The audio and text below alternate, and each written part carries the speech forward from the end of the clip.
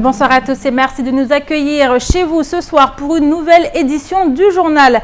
Avec nous sur le plateau, Chiaboudine Ben Youssouf, président du collectif pour la régularisation foncière et la fiscalité dérogatoire à Mayotte. Bonsoir. Bonsoir.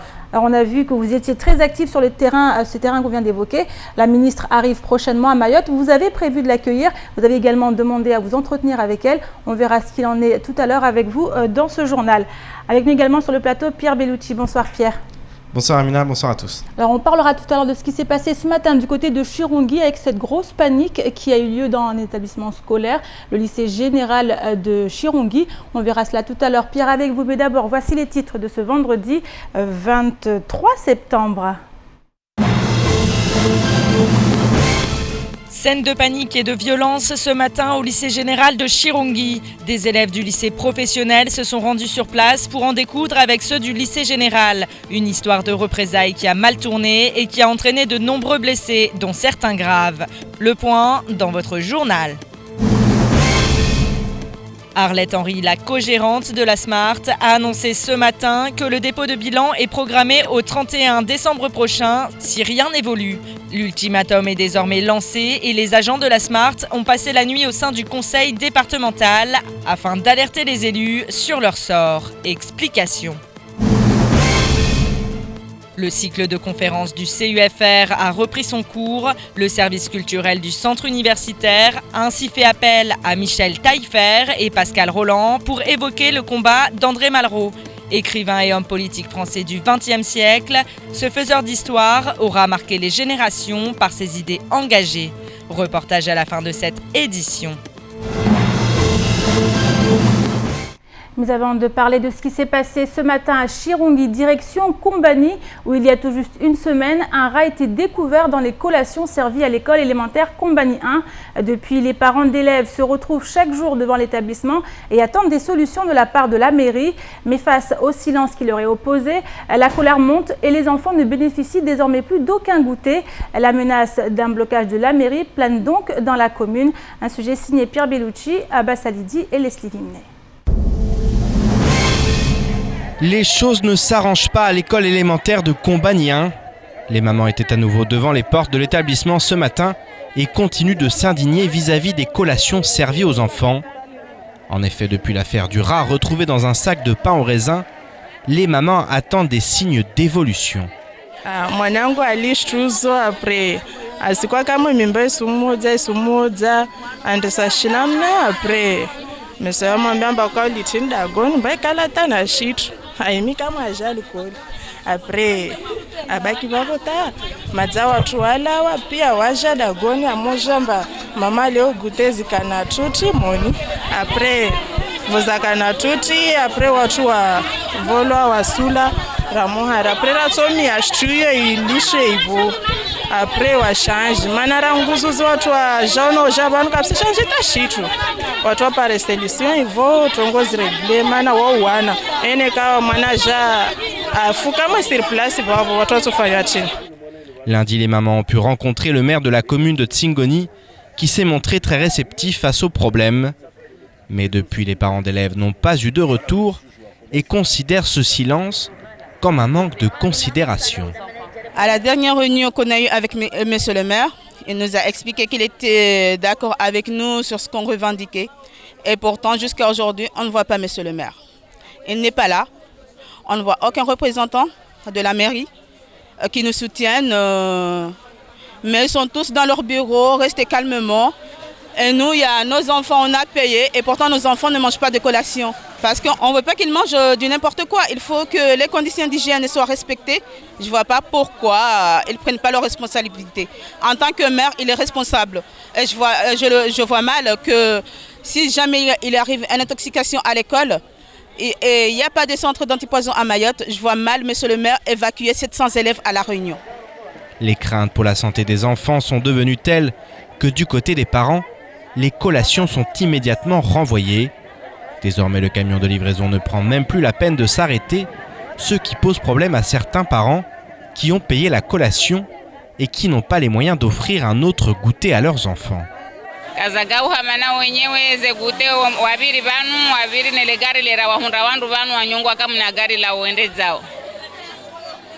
zabakisha da ushuka la meroho rendera ibale rejoint tongoino maneka karafanya hallo anatwato joulwa wabana. La colère est vive et la détermination grandissante. En effet, ces mamans se disent prêtes à aller jusqu'au bout pour obtenir gain de cause. Là, on a commencé à faire des pétitions, on ira jusqu'au bout. Même si on doit aller dans les tribunaux, on ira. Mais nos enfants doivent être respectés. Nos enfants ne sont pas des cobayes, ni des poules comme les poules de M. Mohamadi. Il y avait la salmonelle, on les a radiés. Mais nos enfants ne sont pas des cobayes ni des rats de laboratoire, quoi. Nos enfants sont des vies, c'est notre avenir. On ira jusqu'au bout pour eux. Rythme scolaire, insécurité, collation, les éternels problèmes qui frappent les établissements scolaires ressurgissent en cette rentrée 2016-2017. Et certains diront qu'il fallait s'y attendre. À noter qu'à Mirereni, les parents d'élèves sont également très en colère, mais en raison des rythmes scolaires cette fois. Une rencontre était ainsi prévue ce matin avec Madame la maire de Chirongui afin de trouver des solutions. Et on continue avec cette annonce choc faite ce matin sur notre plateau par la co-gérante de la Smart, Arlette Henry. Cette dernière a affirmé que si les choses n'évoluaient pas au port de Longoni, le manutentionnaire historique déposerait le bilan le 31 décembre prochain. C'est d'ailleurs pour cette raison que les agents de la Smart occupent depuis hier l'hôtel du département. Ils souhaitaient que les élus interviennent et jouent leur rôle d'arbitre. Les explications dans ce sujet signées Abbas Alidi, Pierre Bellucci et Leslie Vimney. Arlette Henry, la co-gérante de la Smart, se fait rare dans les médias. Mais ce matin et face à la situation, elle a souhaité s'exprimer et alerter sur les problèmes rencontrés par le manutentionnaire historique. En effet, en marge du sort des grutiers de l'entreprise, le cœur du problème entre la Smart et MCG réside dans le rôle que chacun doit jouer au port de Longoni. Le sentiment que j'ai, en tout cas ce que nous vivons depuis bientôt 3 ans, c'est une délégataire de service public qui veut complètement absorber l'activité de manutention. La Smart n'a que cette activité. La manutention, qu'on entende bien, parce qu'on a souvent parlé du monopole de la Smart au port de Longoni, la Smart, elle a la manutention, le déchargement de bord-navire à quai. À partir du quai jusqu'à livraison client, c'était donc la CCI et maintenant MCG. Donc aujourd'hui, avec les projets de MCG de récupérer aussi la manutention bord, on arrive là à effectivement un vrai monopole de bord-navire à livraison client. Pour l'heure, le monopole décrit n'existe pas, du moins jusqu'au 31 décembre de cette année, car ensuite, l'accord commercial qui lie la Smart et CMA-CGM prendra fin. Et selon toute vraisemblance, MCG devrait reprendre ce contrat qui représente 80% de l'activité du manutentionnaire historique. Si CMA-CGM maintient sa position de ne plus travailler avec la Smart au 31 décembre, nous n'aurons pas d'autre choix que de liquider la société. C'est quelque chose que vous envisagez sérieusement, ça ? Arrêter la Smart ? Mais on n'aura pas de choix. On n'aura pas de choix. Nous ne pouvons pas nous permettre de garder 120 personnes pour travailler 2 bateaux, 3 bateaux dans le mois. C'est impossible. C'est impossible. Donc c'est automatiquement, ce n'est même pas une réduction de personnel, ce n'est même pas une réduction d'activité. Ça sera la liquidation de la société.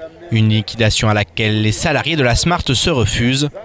En effet, 180 agents sont concernés et c'est la raison pour laquelle un grand nombre d'entre eux occupent le conseil départemental depuis hier. Ils ont dormi sur place et comptent bien y rester tant que les élus n'auront pas réagi face au risque de licenciement massif qui plane au-dessus de la société. Est-ce que nous avons vraiment les mots qu'on devrait utiliser pour pouvoir qualifier cette situation déplorable, tout simplement par rapport à la bêtise qui est pratiquée par nos élus qui se laissent influencer, qui se laissent acheter, parce qu'il faudra dire les vrais mots, comme des poules.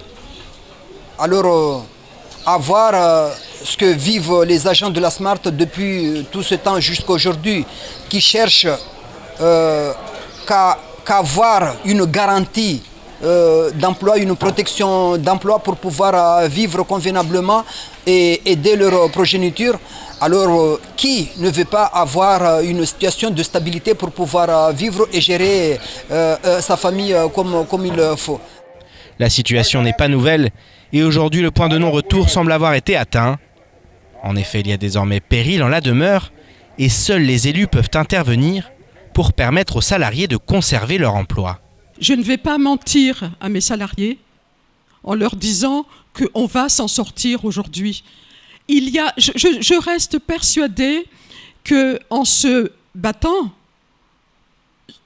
quel est le dernier moyen qu'on arrivera à trouver aujourd'hui pour pouvoir faire changer la situation? Pour le moment, je n'ai pas la solution. Mais ce que je sais, c'est que ça fait 3 ans qu'on attire l'attention. Ça fait 3 ans qu'on essaye. Effectivement, les salariés ont bloqué le port, ont bloqué la route, ont bloqué le conseil départemental. Ils ont tout tenté. Nous, on a tout tenté par des discussions, par des négociations, on n'y arrive pas. Depuis des mois, la situation s'enlise au port de Longoni. Entre le délégataire et le manutentionnaire historique, le dialogue semble toujours impossible, tandis que le compte à rebours est désormais lancé. Et à noter que dans la journée, Arlette Henry a reçu un mail confirmant que la directrice de MCG acceptait de mettre en place le volet pratique de la formation des grutiers Smart. Mais les agents restent au sein du conseil départemental en exigeant des garanties concernant la manutention au port de Longoni. Alors je me tourne vers mon invité, Chiaboudine Ben Youssouf, vous venez de voir le reportage avec nous. Alors qu'est-ce que ça vous inspire cette situation au port de Longoni qui apparemment n'a pas l'air de trouver de solution? C'est une situation extrêmement préoccupante et j'espère que la gouvernance du conseil général et départemental essaiera de communiquer de manière à associer l'ensemble des élus dans la démarche à entreprendre. Parce qu'on ne peut pas considérer comme s'il n'y a rien du tout. Ça, c'est une affaire extrêmement préoccupante qui nécessite un engagement de l'ensemble des partenaires pour essayer de trouver une issue. Moi, je suis pour l'issue, mais pas pour liquider une activité au profit d'une autre. Alors, vous êtes très partisan par rapport à tout ce qui est intérêt des Mahorais, on l'a vu, avec ce collectif dont vous êtes le président, le collectif pour la régularisation foncière et la fiscalité dérogatoire à Mayotte. Alors, on a suivi un petit peu vos travaux depuis la création du collectif. Aujourd'hui, où en êtes-vous?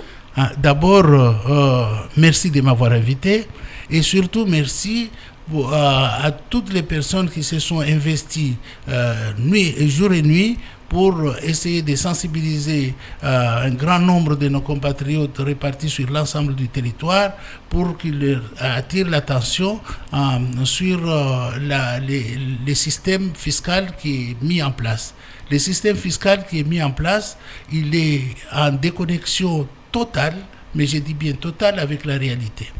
Parce que 100 ans que 10% à peu près des contribuables supportent pour 100%, ils ont pensé, imaginer une idée qui est la plus folle de toutes les idées selon moi, qui consiste à faire des adressages un peu partout pour accroître l'assiette.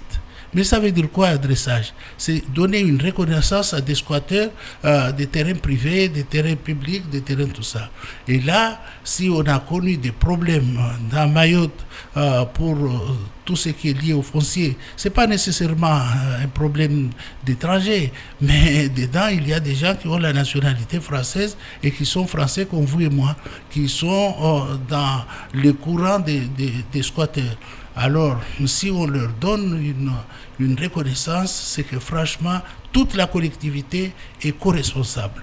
L'État, les départements et surtout les communes qui pensent que c'est le seul moyen pour eux de faire payer un grand nombre de contribuables à l'effort du budget de la collectivité. Juste un point par rapport à ça, qui est quand même une hérésie.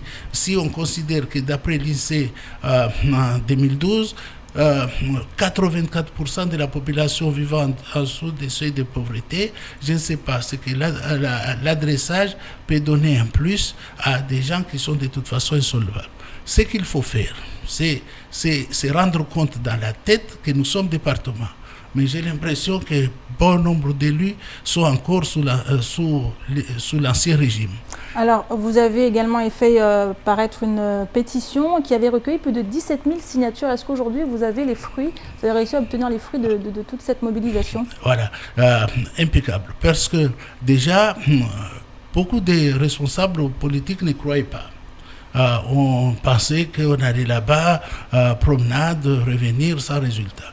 Les dossiers que nous avons faits, parce qu'on a l'habitude de faire des dossiers dans notre parcours professionnel et politique, les dossiers que nous avons faits a été considéré comme important par la commission des lois co-dirigée par un ancien ministre et un professeur de chaire aux universités spécialiste des problèmes des finances et des droits. Donc, si eux pensent que c'est important et ça présente beaucoup d'intérêt, ils ont saisi des ministres concernés par ce type de dossier pour qu'ils se prononcent. Ce n'est pas les gens qui n'ont jamais réfléchi à des problèmes de cette nature qui vont nous donner des solutions.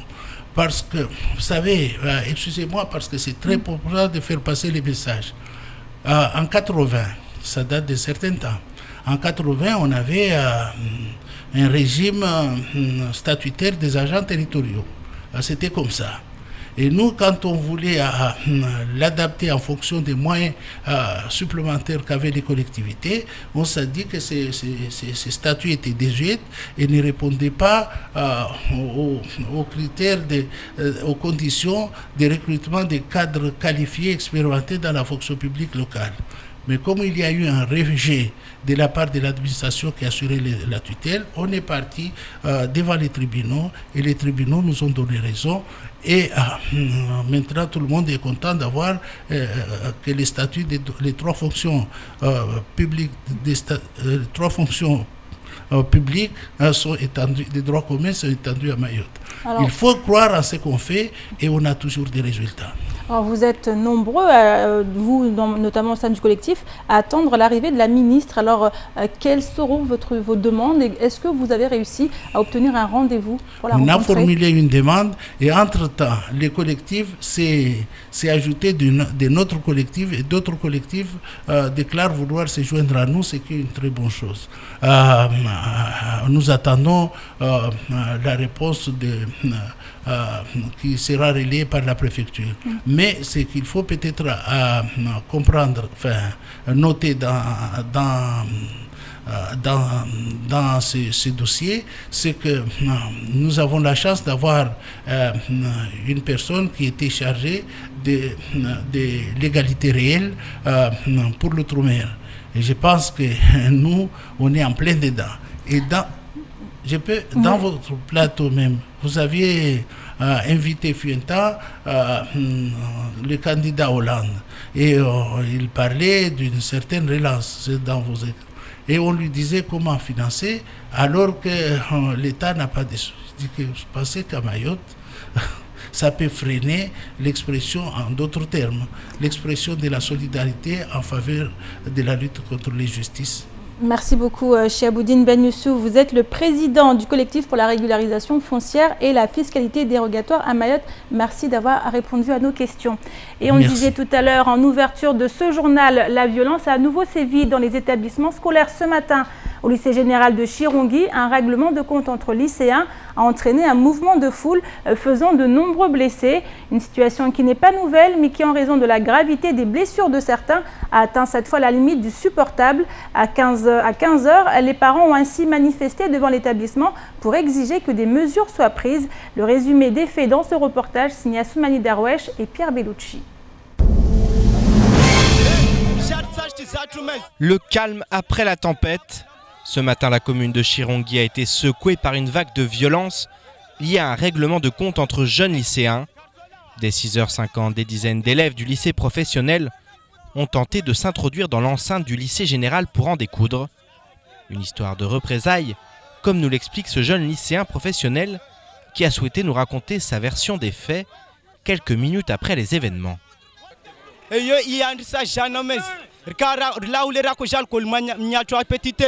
avingi bafle na telefoni asija presse basi wanatsa washikahani washirongi wambala wamrenge ashtizae après wasirija jarum demande mtule gentiment amba research zatu hey research zatu mes bako nambo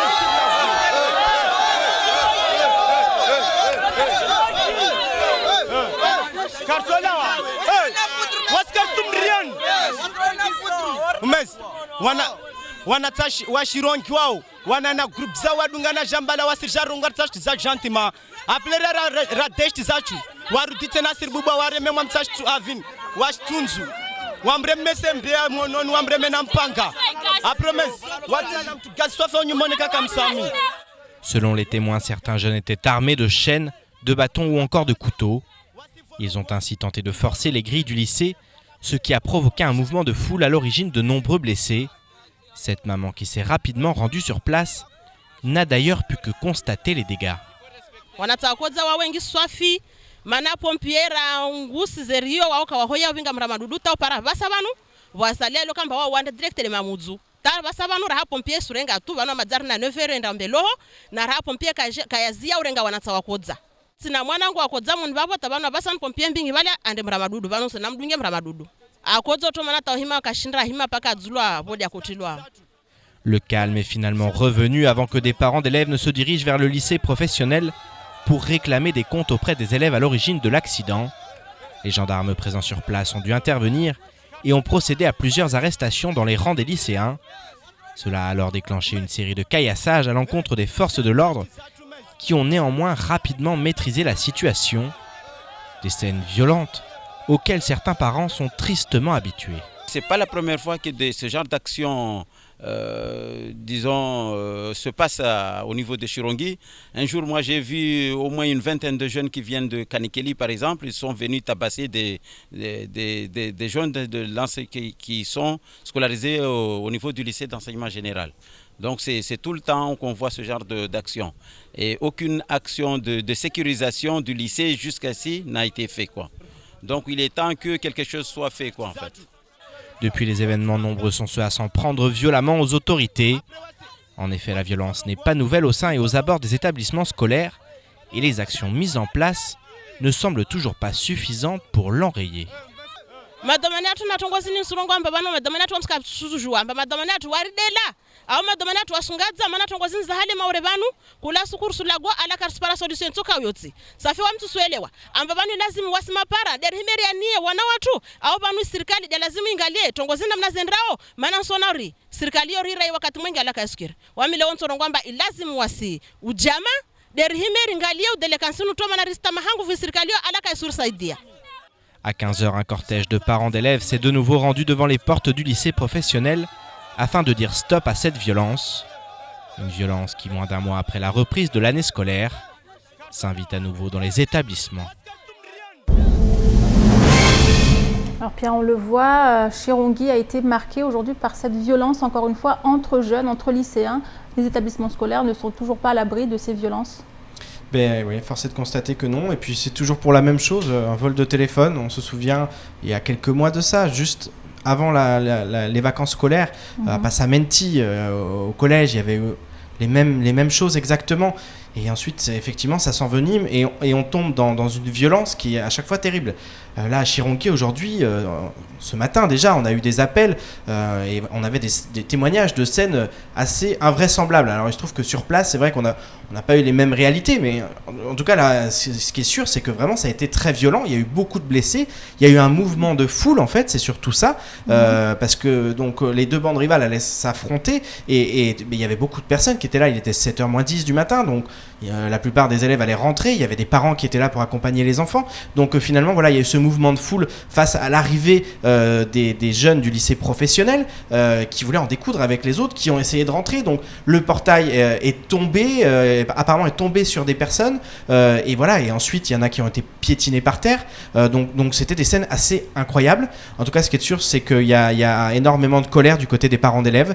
Ils en ont marre parce qu'effectivement, ça fait un mois qu'on est rentré, un mois que les cours ont repris à peine, et on a déjà des faits de violence très graves avec des blessés graves quand même aujourd'hui. Alors on entend circuler, il y a eu des morts, nous on n'a aucune confirmation, ça a été difficile parce qu'il y a eu pas mal de blessés qui ont été amenés, certains en dispensaire, d'autres au CHM, ceux qui étaient dans un cas un peu plus grave, donc c'était difficile. Nous sommes rendus justement au dispensaire pour avoir un peu des chiffres, on avait une 30aine de blessés, c'est un peu compliqué voilà, de savoir exactement ce qu'il en est. Maintenant ce qu'il y a de sûr, c'est qu'il y a eu beaucoup de blessés, beaucoup trop de blessés.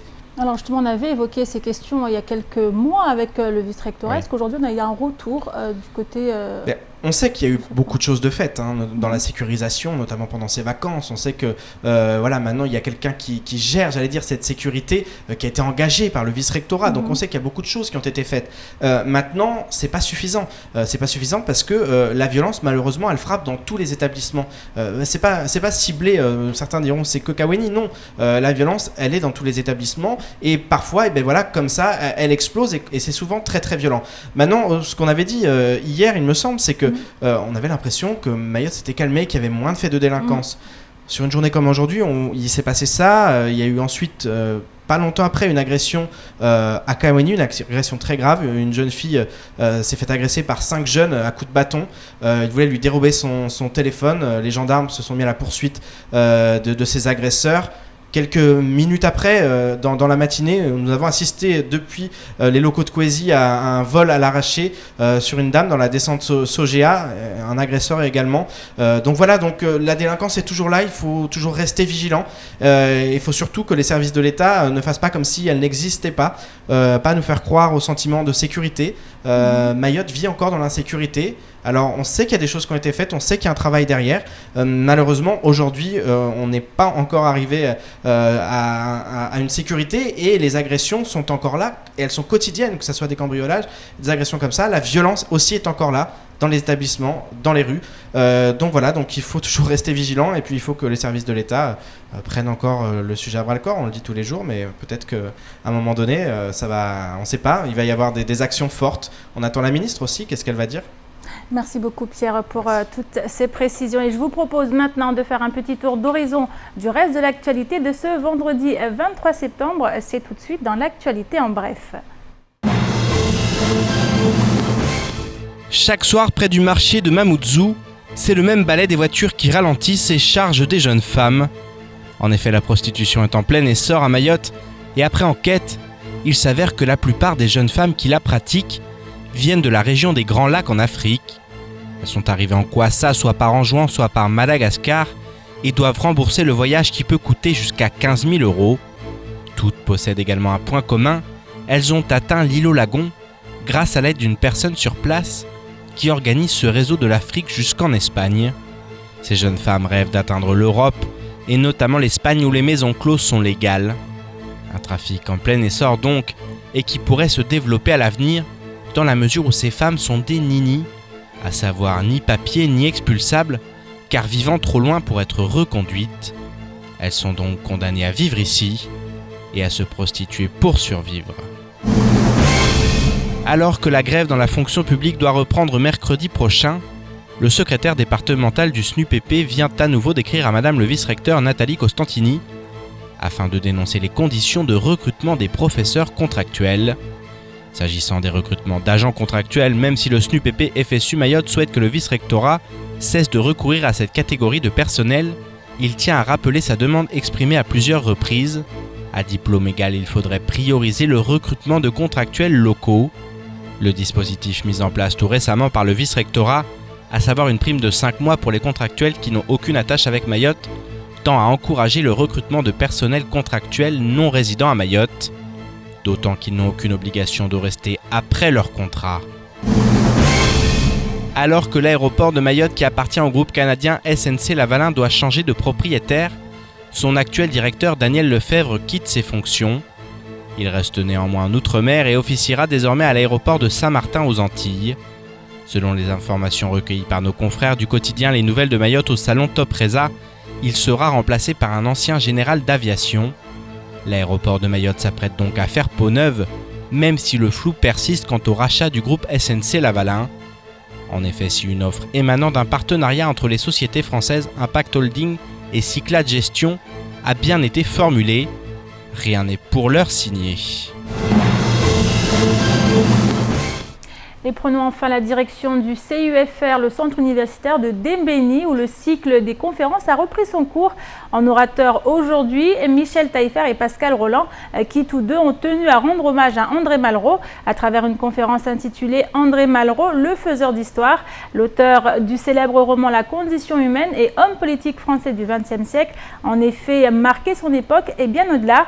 Connu pour être un homme d'engagement et fort de ses principes humanistes, il continue à inspirer de nombreuses personnes, à l'instar des deux conférenciers. Les précisions dans ce reportage signé Adèle Laurent.